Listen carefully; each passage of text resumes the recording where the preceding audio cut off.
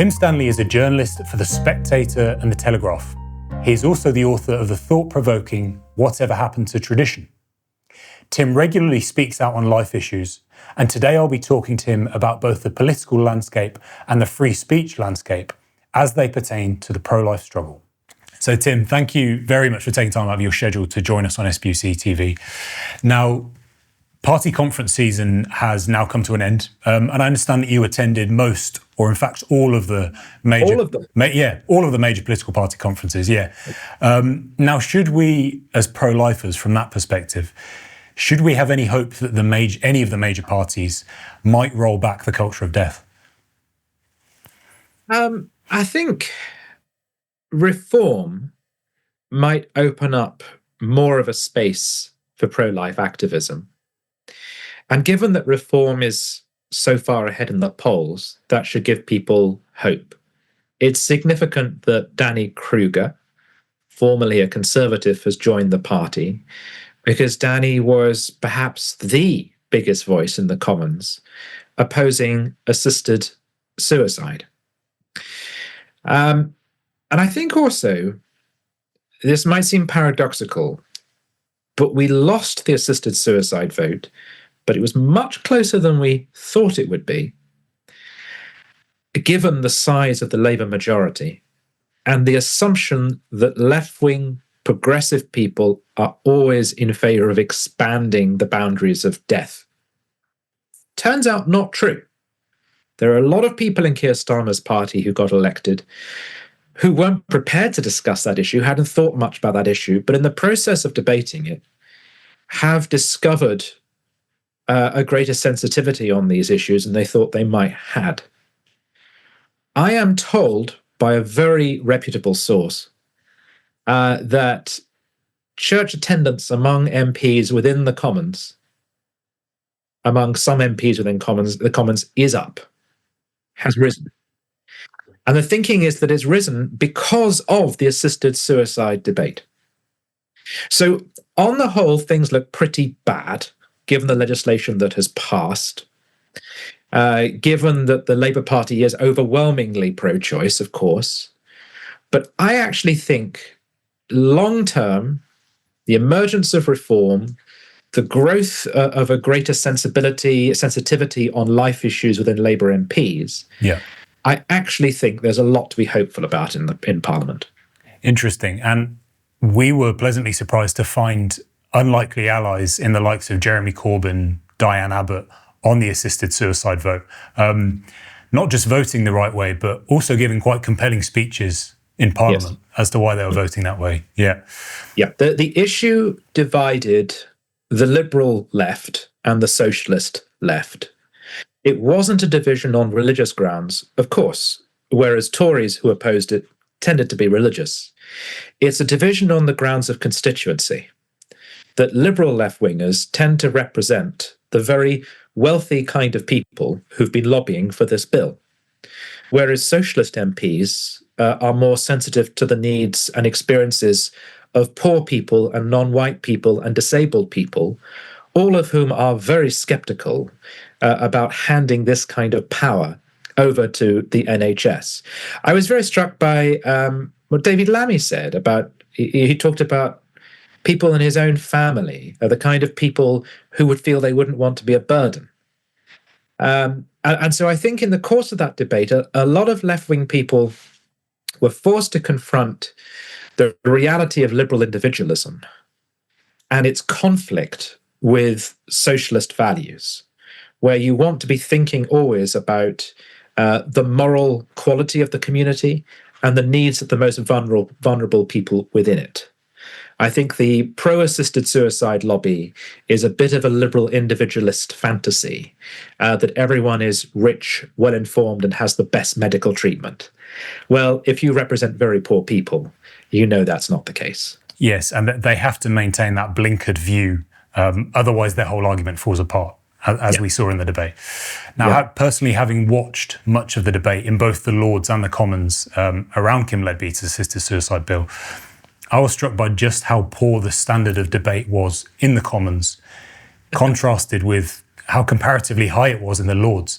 I think specifically of Theresa May, who gave a really compelling speech and was brave enough to mention that assisted suicide is wrong in principle, not just in practice, not just citing the slippery slope argument. Wasn't that interesting? And I think that reflects how the Commons, which of course is elected every 4 years, is focused upon politics and policy. The Lords, because you just sit there and squat there for life, has the bandwidth to consider ethics and philosophy. And because you're not worried about coming across like a crank, you can say things like Theresa May said, which is there's actually a philosophical and indeed a religious principle at play here, which is that suicide is immoral. We do actually think that it's self-murder. You shouldn't be able to take your own life. It's something that our society ought to revolt against and push back against.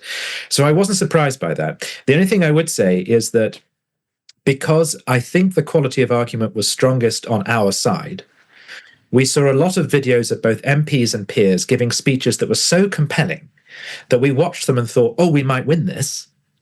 But what you didn't appreciate, if you sat through the hours and hours of speeches, is the many, many mediocre speeches from the other point of view that actually betrayed where the strength of numbers lie. So I think we all got a bit misled by how good people like Danny Kruger or Theresa May were. They didn't represent the numbers in Parliament. That's it. And the speeches from the other side of the fence were largely with reference to anecdote, the emotional stories that they're otherwise compelling, which is perfectly reasonable.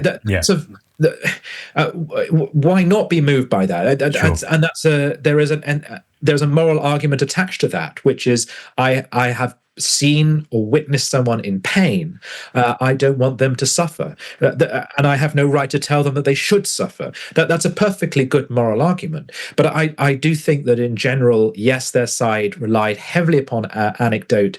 And that says something about the state of, this sounds so rude, but it says something about the nature of the education system in this country.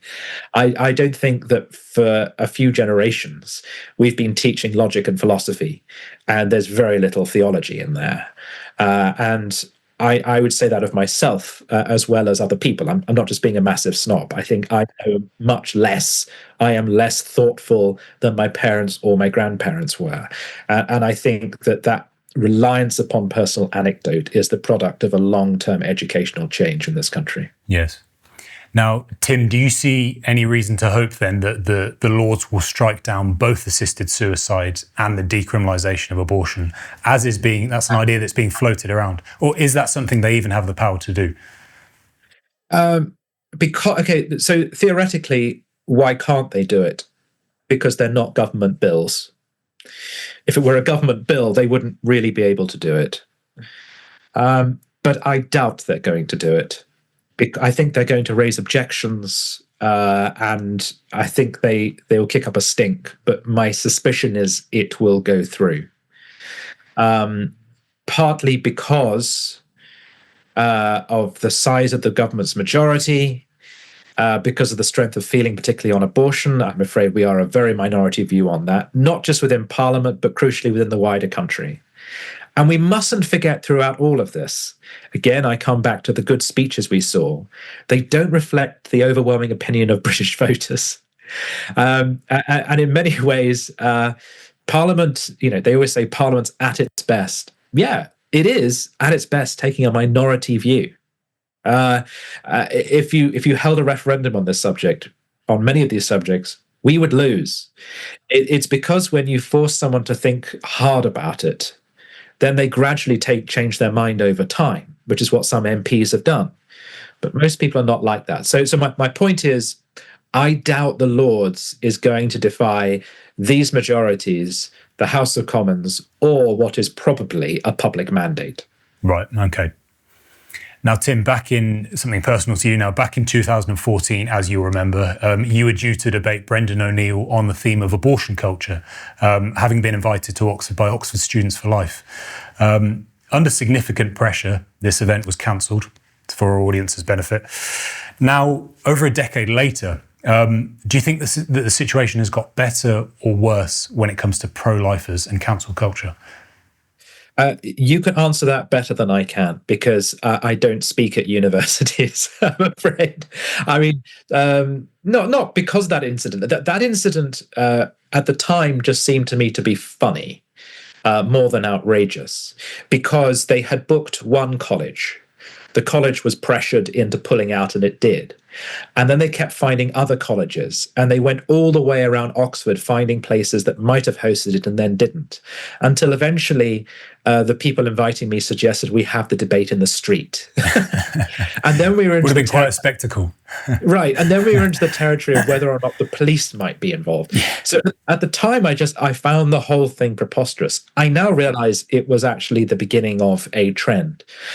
People tell me that it is becoming even harder to debate these things. I don't know if that's true. You can tell me. But I think actually publicly, again, partly because of the assisted suicide discussion, which has opened up this Pandora's box of philosophy and theology, I actually feel there is more open talk about life issues than there used to be.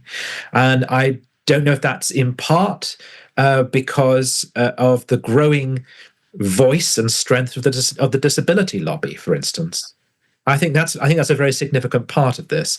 So my suspicion is it's probably still very hard for pro-life students on campus, but I actually think I don't feel like I'm taking such a risk anymore by publicly speaking out on these issues.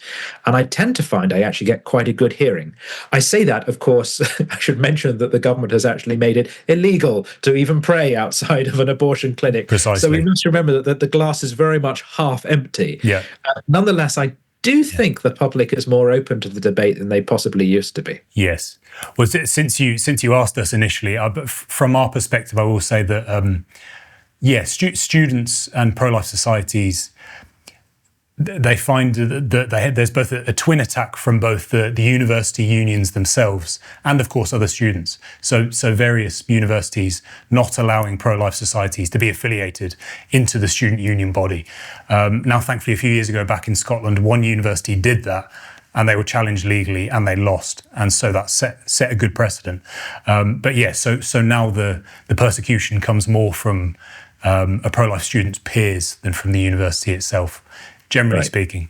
And you mentioned, Tim, buffer zones and what's going on outside abortion clinics. Now, there are two examples that come to mind, both close to home here in Scotland.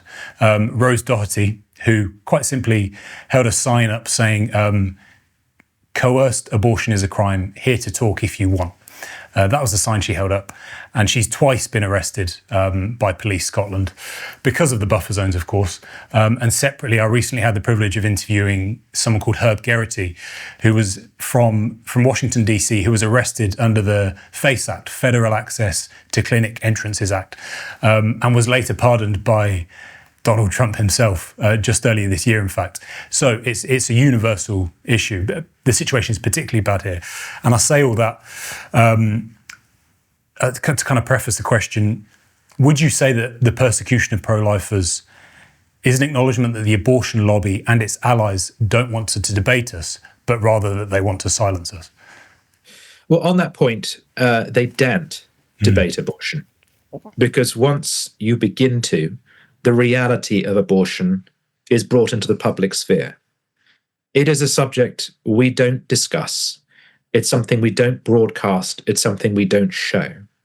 And campaigners who have simply tried to show images of fetuses have been criticized for doing that. So it's bizarre how an image of a fetus in one context can be totally socially acceptable, but in another of protest is described as offensive and obscene. So they daren't have that argument. Now, again, okay, let me now say the glass is half full, because what you're describing are very sinister attempts to shut down a debate. And my heart breaks because, of course, when people protest outside clinics, the goal isn't just political, it's also pastoral. It is to direct people towards alternatives. And if they can't do that, then that's actually depriving the women going to the clinics of information about an alternative. So I'm very, very sad, of course, that's been shut down. But if I dare take an issue which is really secular, but add a little bit of religion to it, God does move in mysterious ways. And the attempt to shut down protest or prayer outside abortion clinics has had the unintended consequence of making people aware that this was going on and forcing people to discuss it. And politicians who might otherwise have never paid attention to what was going on inside the clinics have been forced to comment upon the civil liberties issue of your freedom to protest outside of it. So if you think about how we now have the leader of the free world and his administration criticizing British politicians for their attempts to shut down this kind of protest, you might argue that that is an unexpected win for the pro-life movement, because otherwise no one would know about it. And so I do think it's backfired. And I think it adds to what I'm sensing is this growing willingness to have the conversation about abortion, because it's now become about more than just the difficult question of what actually happens in the procedure. It's now a debate about, as I say, civil liberties, free speech, the relationship between church and state. It's being drawn out in unexpected ways into the public. So I'm very sad about what's happened. I admire the people who've taken a brave stand, but I do think in the long run, I think there could be some unexpected grace from this decision. And put simply, the abortion lobby wouldn't be pushing back so hard if, as pro-lifers, we weren't having success outside of these clinics. Genuine success stories where babies are being born that otherwise wouldn't have been born. Yeah. And you've reminded me there, MSP Patrick Harvey essentially wants to have an equivalent of abortion clinic buffer zones for the issue of assisted suicide. So within the vicinity of whether it's hospitals, facilities, where people have gone in talking to a clinician, essentially not allowing anything other than a direct, So no persuasion is in the. I've been prompted there. No persuasion of to consider keeping one's life is essentially within the parameters of what Harvey is saying. In which case, we're back to what we were discussing earlier about the fantasy individualism of the liberal left, that the individual has all the facts at their hands, that every individual who shows up at an abortion clinic has gone there completely of their own free will, without any pressure from the man or from their family or their community. Likewise, that the people who've shown up to take their own life have gone there without any pressure from relatives or any pressure on their bank account or any pressure from their community. That's a fantasy. I genuinely believe that the vast majority of vigils outside abortion clinics are about providing information and alternatives. Those which are aggressive, they shouldn't happen, and they needn't happen, and the law is there to stop them from happening. And we've had Police Scotland say they're not happening. Essentially, yeah. Now, I want to finish on a positive note, Tim. With the Met Police recently saying that they'll no longer investigate non-crime hate incidents, do you think that this signals the beginning of the end of restrictions on free speech? Yes, and I think there's a general turn against woke, a general turn against restrictions on speech, and an unfreezing of the dialogue. As I said, there is a paradox that it has all happened by coincidence when there is a Labour majority which is open to passing even more anti-life legislation. That's very sad. Nonetheless, I think it means that in a few years' time, if you get the right parliament or the right amalgamation of MPs, I think you could see a much greater openness to thinking about how do we preserve and encourage life, rather than how do we help people to end it. Yes, yeah. Tim, we're going to wrap up there. Thank you very much for your time, and thank you for for defending life, arguably in the belly of the beast, in the world of journalism. Thank you very much.